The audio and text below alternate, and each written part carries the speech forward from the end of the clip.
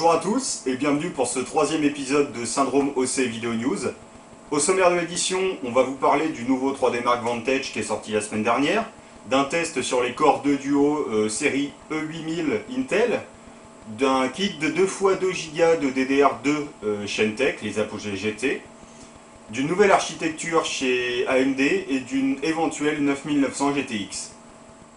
Pour débuter ce troisième épisode de Syndrome OC Video News, on va commencer par un article de Deville Steiger, un article qui traite de FutureMark et du nouveau benchmark, le 3D Mark Vantage qui est sorti la semaine dernière.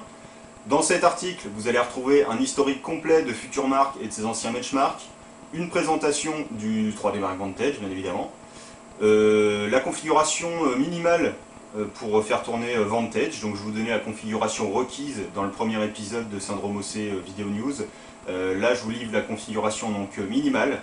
Donc il vous faut un processeur gérant les instructions SSE2, une carte graphique gérant complètement une DirectX 10, 1 Go de RAM, ce qui est vraiment le minimum pour Vista, 1 Go d'espace disque libre, et bien sûr un écran 1280 par 1024. FutureMark qui embellit son skin final, le skin où vous pourrez retrouver les scores du bench donc à la fin, en y ajoutant une lettre. Donc cette lettre correspond à un profil que vous pouvez sélectionner dans le bench, profil qualité maximale ou performance par exemple, sachant que performance c'est le profil par défaut. Donc cette lettre a un avantage majeur, elle évite tout quiproquo quant à la validation des scores pour ce nouveau 3D Mark Vantage.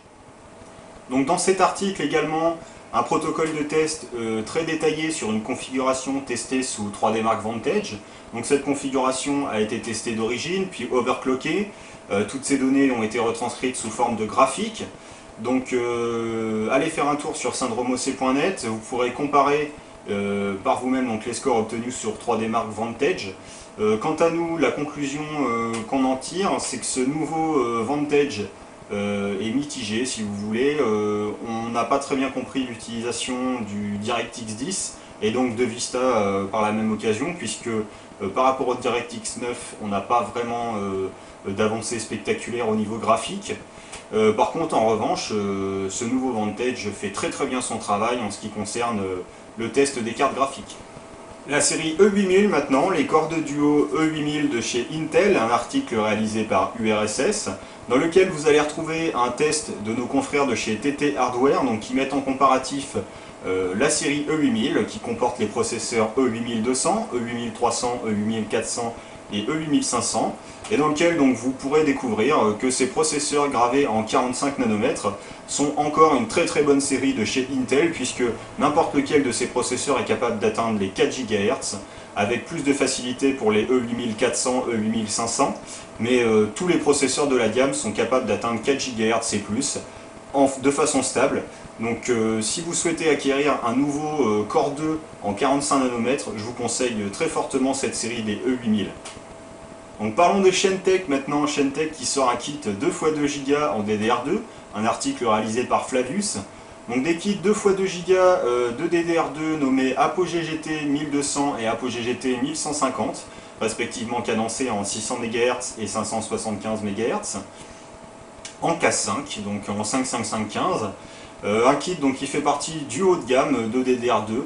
Malheureusement, Shentek ne nous ayant pas communiqué le prix de ce kit, on ne peut pas vous dire si ce kit vaut le coup, donc, puisque la DDR2 arrivant en fin de vie au profit de la DDR3, seul le prix maintenant détermine si un kit haut de gamme DDR2 vaut vraiment le coup par rapport à maintenant la DDR3, bien évidemment. Encore un article de URSS donc, concernant AMD et une nouvelle architecture. AMD qui aurait prévu de remplacer son architecture de Phenom actuelle par une architecture toute nouvelle qui n'aurait plus rien à voir avec les Barcelona actuels. En effet, donc, dans une même puce, AMD aurait prévu de rassembler un moteur graphique et un processeur central sous le nom donc, de Fusion et de le tester à partir de 2009 sur les ordinateurs portables. Donc pour plus d'informations, rendez-vous en 2009 avec les nouvelles architectures d'AMD.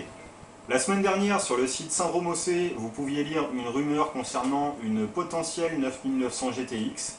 Bien, la rumeur aurait tendance à se confirmer puisque d'après nos amis de chez VRZone, la 9900 GTX serait double slot avec un refroidissement de chez Cooler Master, Le GPU GT 200 aurait quant à lui un TDP de 240. Voilà, donc un peu plus d'infos sur la 9900 GTX.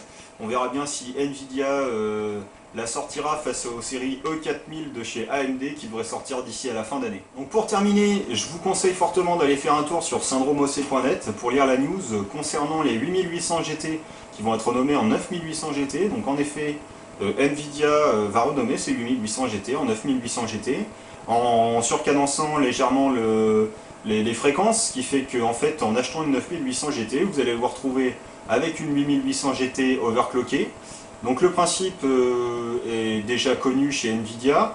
Ils nous ont fait le coup avec la 8800 GS qu'ils ont renommée en 9600 GSO.